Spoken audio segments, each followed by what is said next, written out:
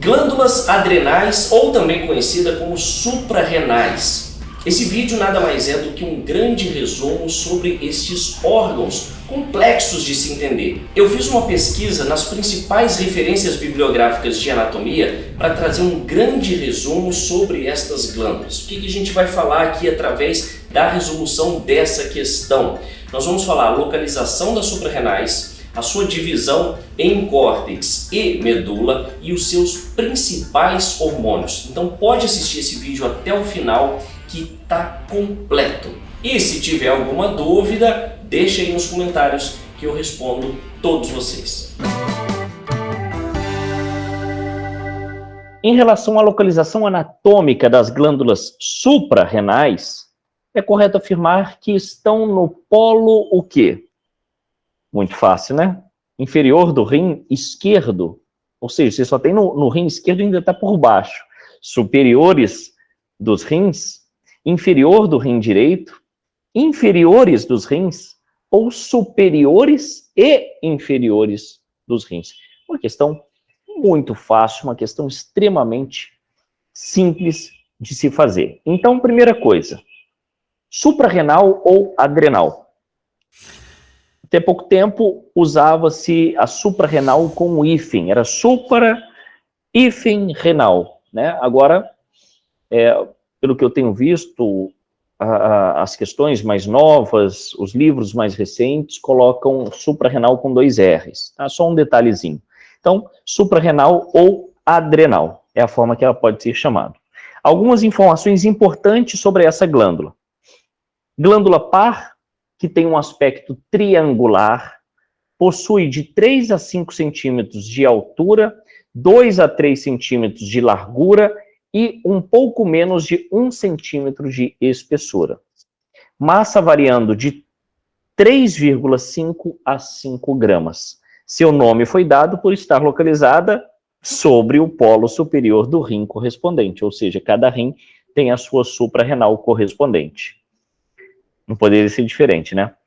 Uma cápsula de tecido conjuntivo reveste a glândula, ela fica envolvida pela fáscia renal e não acompanha o rim em seus deslocamentos patológicos, tá? Que é o chamado pitose renal, né? O rim ele pode se inferiorizar e a suprarrenal não acompanha o rim quando o rim acaba cedendo, acaba descendo, se inferiorizando.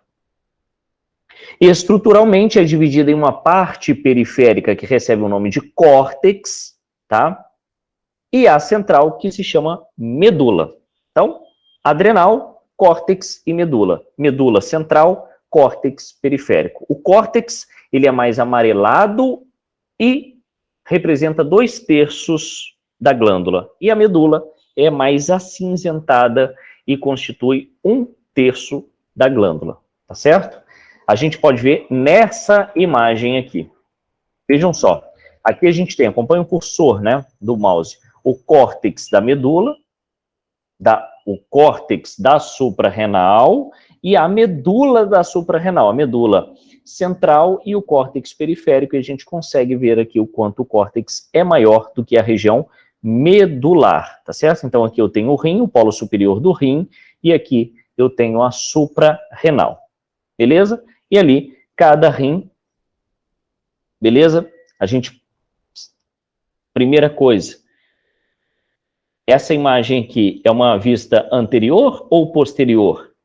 Vale a brincadeira. Anterior ou posterior, anterior ou posterior? Uma vista anterior. Por que ela é anterior? Porque eu sei que estou vendo de frente e o rim direito ele está mais inferiorizado devido à presença do fígado, que empurra o rim direito um pouco mais para baixo. Então, o rim direito ele é mais inferiorizado, então uma vista anterior, tá? Das suprarrenais e dos rins. Só isso? Não. Tem mais um monte de informação para a gente passar. A medula. Vamos falar um pouquinho de hormônio? Vamos. A medula secreta uma pequena quantidade de dopamina e, principalmente, a epinefrina, que é a adrenalina, e também a norepinefrina. norepinefrina, que é a noradrenalina. O que elas fazem? O que esses hormônios fazem? Né? Estimulam a parte simpática do sistema nervoso autônomo, provocando vasoconstricção, elevação da pressão arterial, etc. Um outro detalhe é que a norepinefrina atua no despertar, acordar de um sono profundo, nos sonhos e na regulação do humor. E o córtex? O córtex tem mais informação, né? O córtex é responsável por produzir hormônios esteroides. Mas isso não é lá no testículo, no homem? Na mulher, no ovário? Não é isso? Não. Tanto em homem quanto em mulheres, secreta pequenas quantidades de androgênios fracos. Nos homens, depois da puberdade, o androgênio testosterona também é liberado, em quantidade muito maior pelos testículos. Dessa forma, a quantidade de androgênios secretadas pela suprarrenal masculina é normalmente tão baixa que seus efeitos são insignificantes. Então, fica essa informação, tá? E nas mulheres? Nas mulheres, no entanto, os androgênios suprarrenais desempenham funções importantes. Eles promovem a libido, o desejo sexual, e são convertidos em estrogênios, esteroides sexuais feminilizantes, por outros tecidos corporais. Após a menopausa, quando a secreção ovariana de estrogênios acaba, todos os estrogênios femininos são provenientes da conversão dos androgênios suprarrenais.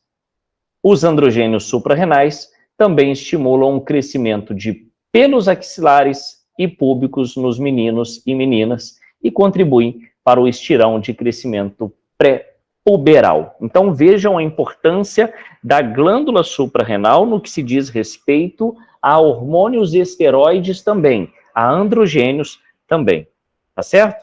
Então, fica a dica aí, é uma função mais simples, mas uma função que existe. Outra coisa importante, quais são os hormônios secretados pelo córtex? São os mineralocorticoides, que nomezinho, hein? Que é a aldosterona, fica aí a informação do mais relevante, e o glicocorticoide, que é o cortisol. O mineralocorticoide, a aldosterona, vou falar aldosterona que é mais fácil, né? Afetam a homeostasia mineral, equilibrando o quê? Regulando o sódio e potássio. Ajuda a ajustar a pressão arterial e o volume de sangue. E os glicocorticoides, mais conhecido o cortisol, afetam a homeostasia da glicose, ou seja, agem sobre o metabolismo dos glicídios. Então, minha sugestão, anotem.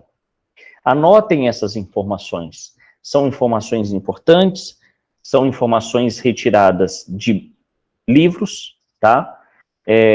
Não foi só de uma fonte, eu peguei de 3 livros diferentes de anatomia para poder formular a explicação mais detalhada sobre a suprarrenal, tá? Então fica a dica aí para vocês, tá certo? Então, para responder essa pergunta, bem facinho, as suprarrenais ficam superiores dos rins, alternativa B.